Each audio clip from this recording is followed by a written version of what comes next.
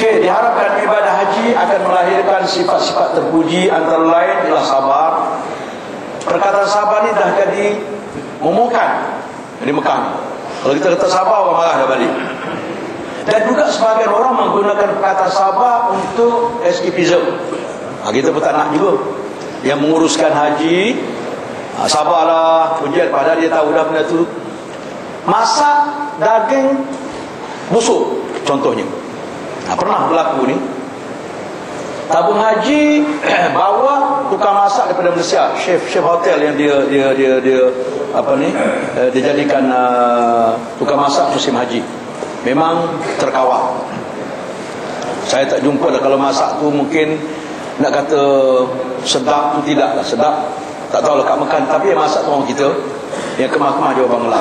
Tapi saya pernah dengan pergi swasta masak daging busuk. Sabarlah dia kata.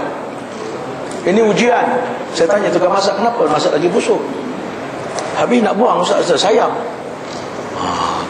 Peti ais busak, daging untuk, ada orang bagi daging untuk korban untuk, dia masak juga, dia tahu dah busuk. Memang busuk, mana orang marah lah. Tak boleh kata ke jemaah sabarlah. Sabar apa lagi, dah memang sengaja masak daging busuk. Kecuali tiba-tiba tengah masak daging itu jadi busuk, patutlah kita sabar kan. Dah awal-awal lagi kita busuk untuk masak juga. Itu bukan itu dirancang seperti itu sepatutnya. Okey, tapi sabar perlu ke sana. Terutama sekali dalam hal perkara-perkara bersabit dengan, terutama sekali saya tengok contoh naik lift. Kena sabar. Sabar ada dua. Sabar tu lift lama kan orang ramai. Sabar dengan kerana manusia curi naik lift. Kita tunggu berjam, dia naik atas, turun balik naik, turun balik naik. Itu kena sabar. Oleh sebab itu nak mudah sabar, jangan balik cepat. Duk baca Quran kat masjid, kita balik tu jalan dah lift orang tak ada dah. Makan kita kalau muassasah dia pack, pesan kat kawan suruh simpan.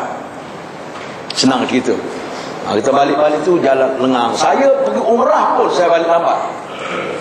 Saya kata umrah saya tak usah balik cepatlah, sakit perut kita, sakit hati kita tengok orang. Macam-macam keren orang. Kita duduk kat masjid baca Quran. Kalau balik pesan nasi habis, kita beli. Korbankan itu tak boleh. Pada korban hati, baik korban duit. Ya kan? Duit kita boleh cari, hati satu tu je. Dah sakit hati tu, kalau penyakit hati boleh ubat, sakit hati payah lagi nak ubat kan.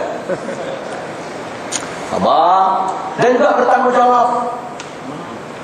Kita bertanggungjawab kepada diri kita, kepada jemaah yang lain, kepada ahli keluarga, pada mahram. Yang perempuan nak keluar, beritahu mahram. Ya kan? Yang mahram pula beritahu kalau nak keluar. Ni cari ke mana tak ada. Jalan pula cepat mengajuk. Suami jalan laju, isteri tercongak-congak ke belakang. Itu mengajuk dah tu. Kalau jalan laju suami, isteri tu kejap ke belakang. Itu mengajuk dah tu. Sebelum tu bertarik tangan, berpimpin tangan ni tu. Ya kan? Ni kena ujian ni banyak. Ujian seperti ni banyak ni. Ujian suami isteri cenderung nak kelahi dan sebagainya. Tolong-menolong terlalu biasa. Saya di Mekah pernah saya minta tolong. Jamaah yang sihat, tolong kepada jemaah yang sakit. Tahap pertama tolong ke Arafah Mina. Orang nak pergi bilik air, tolonglah tolak dulu pasir kalau di Arafah. Sekarang dah dia buat baru 2 tahun terakhir ni dia buat macam kita jalan kaki tu kan. Sama dengan Mina lah.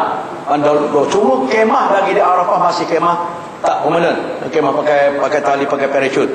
Tapi tempat tu sudah diatur, ada macam lot gitulah. Mana ada lorong nak pergi bilik air. Dulu tolak atas pasir, kena badan besar, 2 orang tolak tak berjalan wheelchair. Jadi kita kena tolong. Tolong lagi, tolong melontar. Bak melontar besok kita beritahu macam mana cara nak lontar untuk orang lain. Bawa sikit dapat tu dapat pahala banyak. Itu tolong menolong. Kalau tidak kawan tu kena upah orang, kan? Yalah mungkin dia ada duit, tapi tolonglah kita nak ambil kesempatan. Saya guna kesempatan ni tiap tahun saya pergi, saya cari seorang makcik. Makcik uzur ya, sakit apa ni Allah, tak berjalan kaki dah tak boleh dah, tentu dah orang tua kita tak boleh agak dah. Tak apa makcik, besok dia harap dia Mina cari saya, wakil pada saya tolong lontarkan 7 biji ya batu bawa. Hari ke sebelah 2-3 batu, 1 biji besar-besar ni batu, bukan besar penumbuk. Janganlah pula galah gini batu nak pergi lontar kan, sampai-sampai gitu. Berjimat cermat, belanja boleh tapi kawal. Besok akan saya ceritakan keperluan wang apa semua yang perlu kita kena jaga. Ada jemaah belanja. Last kali nak balik tak boleh. Duit tak ada. Tawaf ada tak boleh nak ubah, tak ada duit. Tahun lepas jemaah haji jumpa saya nak cancel korban. Belum ubah lagi ni. Ustaz boleh tak tarik balik korban? Pasal apa? Duit tak cukup nak pos barang. Pos barang. Ya Allah. Orang pos tu, subhanallah, memanglah saya kadang-kadang habis petang-petang saya tanya, Ji, banyak mana hari ni? Oh, berapa tan cerita. Memang orang buat pos ni untung. Sampai di Malaysia ni tahun lepas Abang lantik 3 syarikat. Pos Malaysia Nationwide dengan selalu syarikat Al-Amal, nama syarikat tu bekas orang pos buat syarikat. Berhenti jabat pos buat syarikat. Saya kenal Haji Yusuf tu. Lepas tu yang datang pula Citylink kat luar. Dia tak dapat kontrak ni, duduk kat luar, tadah kat luar. Dia ketum harga pula. Orang pikul bawa pergi kat luar tu. Punyalah barang banyak. Termasuklah ustaznya sekali sambung.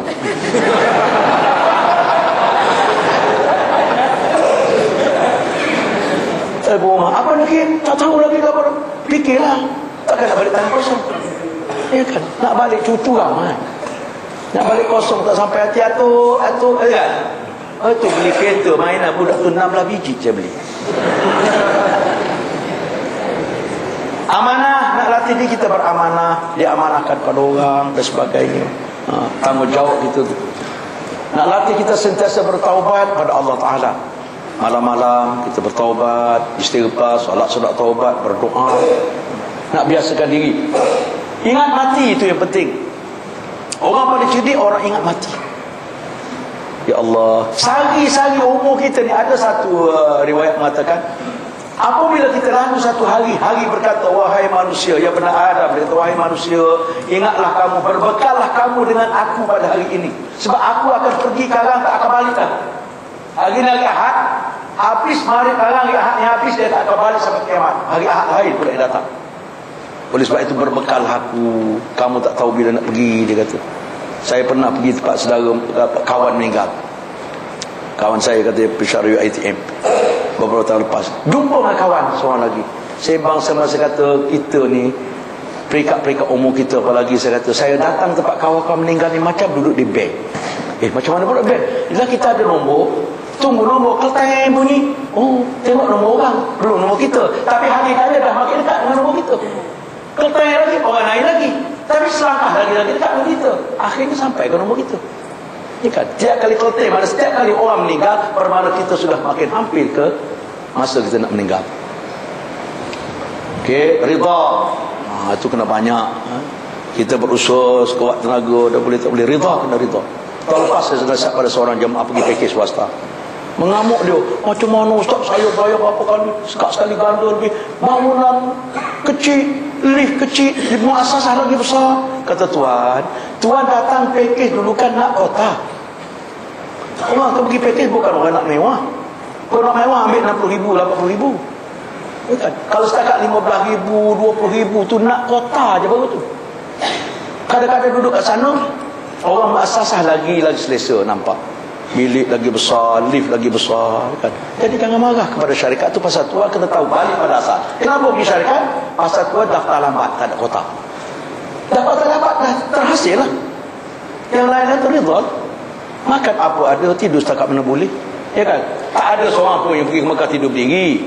Cepet dulu tidur. Berdiri tak ada. Ya kan?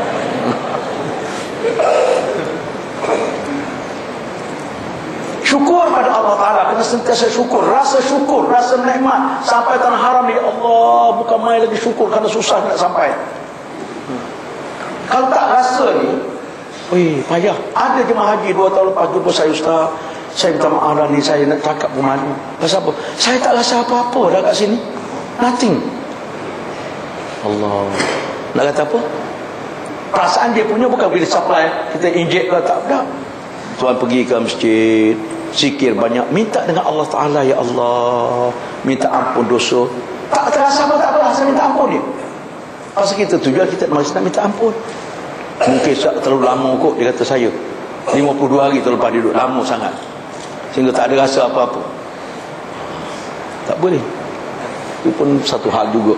Mungkin ada berlaku pada kita, kita kena mohon pada Allah Ta'ala. Itu je.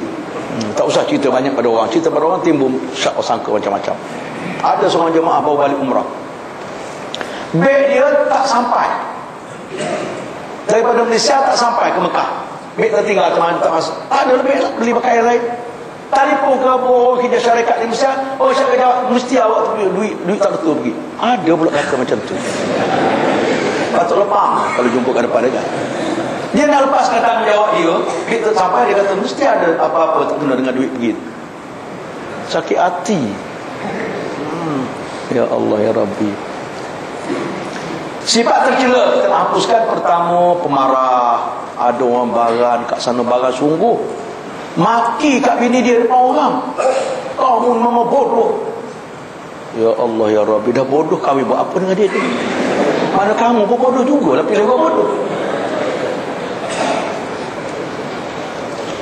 Manusia ni kan ada perasaan. Apalagi isteri kita, orang gaji kita boleh maki. Tak ada hak kita nak memaki dia. Nak ajar dia sebab kita boleh, maki tak boleh. Tak suka lepas. Kan ada kita kan jumpa, memanglah. Saya jumpa orang turun ke rumah, vacuum tak pernah pegang. Cuba bayangkan. Macam mana kita suruh turun vacuum? Vacuum apa dia nyapu di sana? Kenapa kamu tak pakai vacuum? Tak pernah pakcik. Ajar dia pakai. Dia kan silap-silap, dia patutnya sedut, dia tahu dia sembuh. Sembuh-sembuh habis barang kan. Macam mana? Marah, hilangkan. Takabur, sombong, ni pun banyak. Satu cerita waktu saya pergi haji dan jemaah. Kadang-kadang jadi jemaah ni lagi banyak cerita daripada bertugas pasal kita bergaul dengan jemaah. Seorang hamba Allah ni pergi haji kali kedua, pergi muassasah kali pertama, pergi package nak rasa muassasah. Suami ni okey, suami tu sebilik dengan saya, engineer suami dia. Yang perempuan ni, kalau tahu macam ni tak mari muassasah ni, makan tak sedap. My IU, orang Melayu dia kalau marah dia cakap Inggeris. Berterabur tak apa asal Inggeris dia. Mana marah sangat tu, dia cakap Inggeris tu kira marah dah tu. Broken dah tak apa. Bambung. Dia pun beli dapur. Siapa nak makan telur dadah? Tu je. Jadi goreng telur dadah sendiri. Beli dapur. Boleh beli, tak ada masalah kat sana. Sampai di Mina. Selama di Mina 3 hari, dia 3 hari makan nasi mentah. Tiap awal bagi nasi, dia dapat nasi mentah. Orang semua masak, dia seorang je mentah. Hai dapat nasi mentah lah. Kau kata tak apalah, bagi. Last kali hari ketiga dia kata, kenapa saya dapat nasi mentah? Ada seorang kata beginilah, awak banyak semayang sunat taubat, bertobat pada Allah Ta'ala. Tu je lah obat kat sini, kita tak tahu kenapa. Mulut celupah hebat sangat. Jangan. Salah tu. Takabur, sombong. Kadang-kadang bertanding umrah ni, bertanding package. Saya pernah kena marah di Masjidil Haram, salah tanya. Assalamualaikum, Assalam tu Malaysia, sama-sama kita jadi jemaah. Oh, duduk maktab mana? Saya main package bukan maktab. Mana? Kita kata dia maktab, mana maktab ni kauman sepana. Ya kan? Seolah-olah bagi dia. Wallahu a'lam bissawab. Okey, riak. Tu banyak riak persatu, tu godaan syaitan kuat. Terutama saya lepas haji.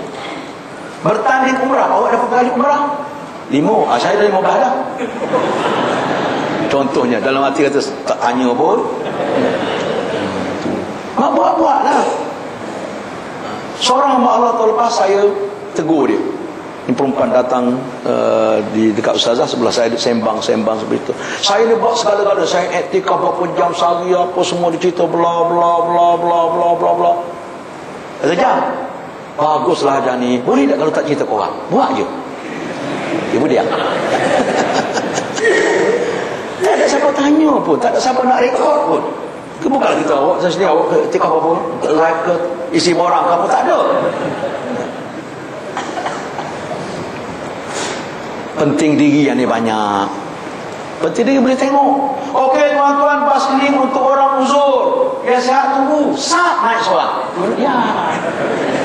Dia mahu tanya, Ustaz tak betul? Itu dia uzur dah tu. Uzur berapa sihat? Uzur kepala. Kita akan jumpa. Ini sifat ni gimana pun kita akan jumpa. Apabila kita suntuk, perlu kepada pengorbanan, kita akan jumpa. Baru kita tempat nak kena kawan di Arafah Mina. Di situ kita tengok siapa orang ini. Adakah dia penting orang lain? Adakah penting diri? Di situ boleh kenal siapa. Reda orang lain tidur kat luar sampai dia duduk kat dalam.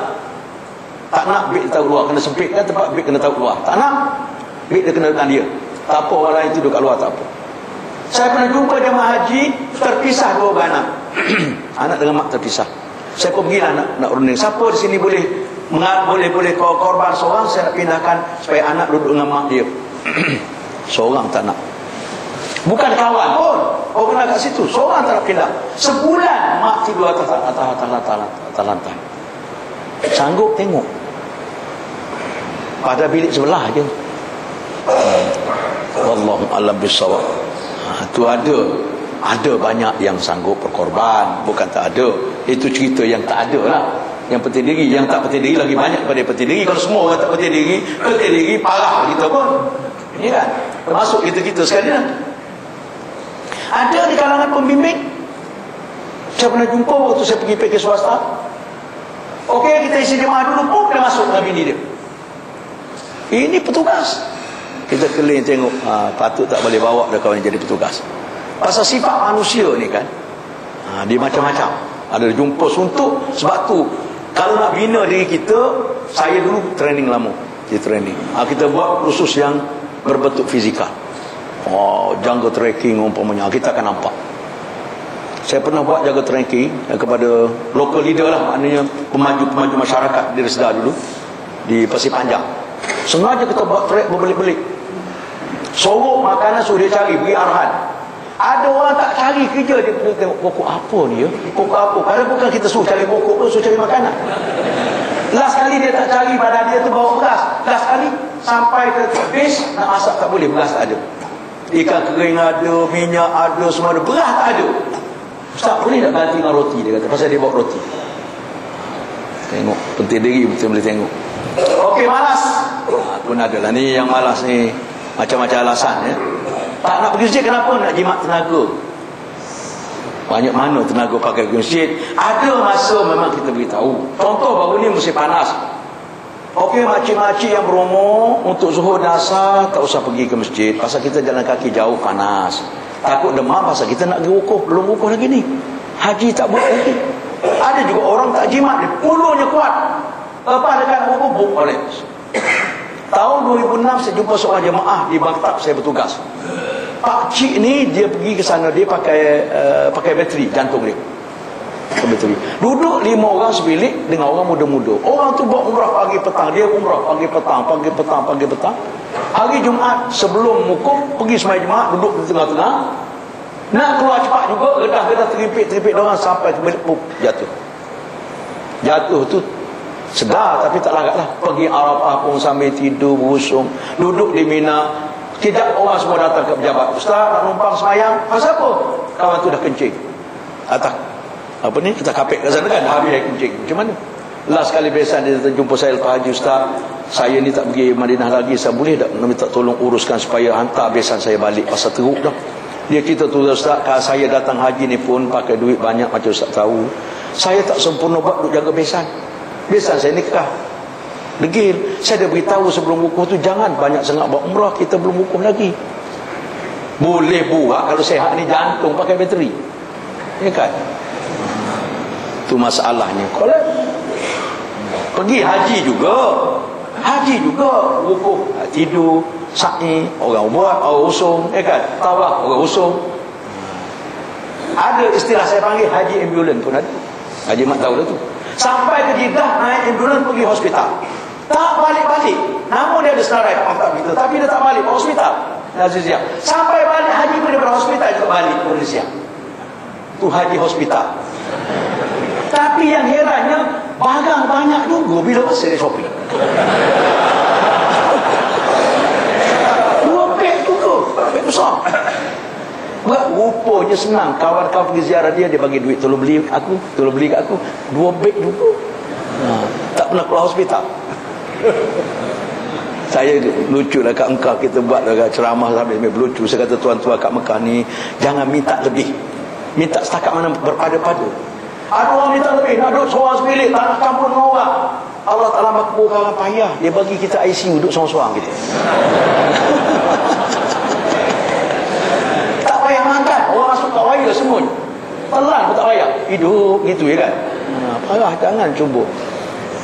Ada kes berlaku tahun 2005 kebetulan. Ini ajal. Dia pergi jumpa, komplain. Ini package swasta. Oh, tokek package cerita kat saya. Saya nak seorang bilik sebilik. Mana-mana boleh tidur. Orang semua dengkur. Dia tak tahu dia dengkur juga. Cuma dia tak dengar aja. Tekan. Mana-mana saya tak nak ni. Mana ada bilik cik ni. Tak apalah saya last kali. Pernah dia kata satu kali. Tak apa, hantar saya ke hospital. Nak duduk di hospital, saya boleh duduk seorang. Keluar daripada bilik tu, pokok pensan masuk hospital sungguh. 3 hari koma. Inna lillahi wa inna ilaihi raji'un. Rupa dia cerita dia nak mati tadi, rupa sungguh-sungguh tadi. Tidaklah kerana dia pergi marah korang pasal dia mati, tidak. Memang dia nak mati dah. Tu kerja malakul maut kan. Okey, kufur nikmat. Tak merasa nikmat Allah Ta'ala bagi. Makan dah bagi, tak sedap lah apa. Nabi kata, makanan tak sedap, tinggalkan. Jangan kata apa-apa, beli lain berhenti. Mungkin ada makhluk lain boleh makan. Hasad dengki tu biasalah tu. Iri. Ada iri yang dibenarkan, ada iri yang tidak dibenarkan. Ini hasad dengki pada orang lah. Ada juga, saya pergi haji dulu. Waktu makan, kita duduk dengan bini bilik lain-lain. Kita kat rumah duduk satu bilik. Makan sama-sama. Saya balik ke masjid, beli makanan. Bentang tiba, ajak makan di rumah. Seorang buat, orang lain buat, orang ramai. Jadi seronok. Ada orang pergi report. Dekat tabung haji, orang ramai duduk berdua-duaan, dia kata. Yang di report tu tak ada apa dah tu. Tabung haji naik, ada orang report, ada orang berdua-duaan. Ya, kami berdua-duaan, salah laki bini semua. Oh, tabung haji berbalik, tak ada apa-apa. Waktu saya jemaah haji dulu, pernah jumpa. Saya sendiri pernah alami. Okey, tengok sedikit secara ringkas haji Nabi SAW. Untuk pengetahuan kita ya. Rasulullah berlepas daripada rumahnya di Madinah pada 25 Zulqaidah tahun ke-10 Hijrah. 25 Zulqaidah. Pasal Nabi dekat. Kita orang Malaysia, KT pertama biasa akan terbang pada 1 Zulqaidah. Okey. Syawal tu dah raya kan? 1 Zulqaidah biasa first KT akan terbang pada masa itu biasanya. Okey. Kalau jadual tabung haji ni biasa 1 hari bulan Zulqaidah first KT. Sebulan lebih pengautan ni. Seminggu sebelum wukuf itu KT terakhir. Sebab 5 hari sebelum wukuf Arab Saudi tutup pintu masuk, tak boleh masuk dah. Okay. Lepas wukuf balik daripada Mina 13 hari bulan, 2 hari atau 3 hari selepas itu KT pertama kembali. Biasanya habis pengautan jemaah haji pada pertengahan bulan Muharram. Bulan Muharram.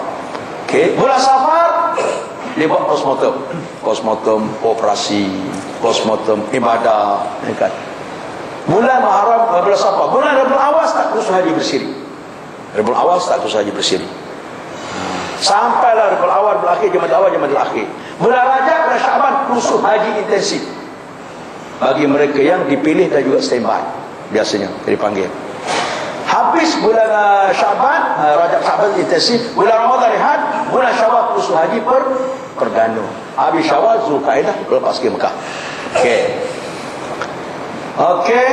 Bersama 90,000 orang jamaah. Mula-mula Nabi keluar, Nabi isytiharkan tahun depan Nabi akan pergi haji, maka ramai jemaah yang nak ikut, 90,000 pada masa itu ikut Nabi. Bercampur dengan jemaah dalam perjalanan juga daripada selatan sampai ke Mekah. Semua riwayat mengatakan jumlah pada masa itu 120,000 jemaah. 120,000 jemaah. Bermalam di Zulhulaifah. Sampai di Bir Ali atau Zulhulaifah, Nabi bermalam di situ satu malam. Dan pagi besoknya pada keesokan hari bernaik ihram dan bertalbiyah, terus bergerak pergi ke Mekah. Okey, Nabi bertalbiyah, naik bukit makin tinggi makin kuat talbiyah. Okey, sampai di Mekah pada 4 Zulhijjah. 26, 27, 28, 29, 30, 1, 2, 3, 4, 9 hari perjalanan Nabi sampai di Mekah. Nabi pergi ke Mekah, sampai di Mekah Nabi mandi di Bir Rutwa dan bersuci di Bir Rutwa. Kemudian Nabi pun pergi baca doa, pergi ke Masjidil Haram, baca doa nampak Kaabah. Lepas tu Nabi pun tawaf 7 pusingan. Lepas tawaf sa'i, salat. Okey, salat 2 rakaat di belakang makam Ibrahim selepas tawaf, salat sunat tawaf. Kemudian Nabi sa'i minum air Zam-Zam. Kemudian Nabi pun bersa'i antara Safa dan Marwah sebanyak 7 kali juga. Lepas tu Nabi berdoa atas bukit Safa. Pada 8 Zulhijjah berangkat ke Mina dan bermalam. 8 Zulhijjah hari Tarwiyah Nabi berangkat ke Mina. Nabi ke Arafah itu melalui Mina. Itu sunnah Nabi. Sekarang ini kita pergi terus ke Arafah kerana kemudahan, masalah kemudahan. Kalau kita berhimpun di Mina mungkin tak ada kemudahan. Dalam mazhab Syafi'i bermalam di Mina pada 8 Zulhijjah hukumnya sunat. Dalam mazhab Hanafi wajib. Ya, berbeza pendapat ni berlaku. Ada hikmah. Kalau semua wajib, jam teruk kat sana. Okey. Kita terus daripada Mekah ke Arafah, orang-orang Hanafi pergi ke Mina. Ada sebahagian jemaah jalan kaki pergi ke Mina. Jemaah jalan kaki, kalau ada pemandu boleh buat. Kalau ada orang yang suka memandu, kita tahulah. Kalau bahaya tak usah. Saya kalau muda-muda saya pergi jalan kaki.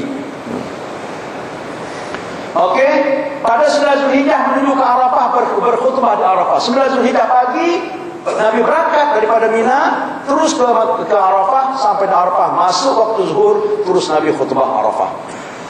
Okey, khutbah Arafah, kemudian Nabi salat jamak takdim dan qasar zuhur dengan asar di Arafah.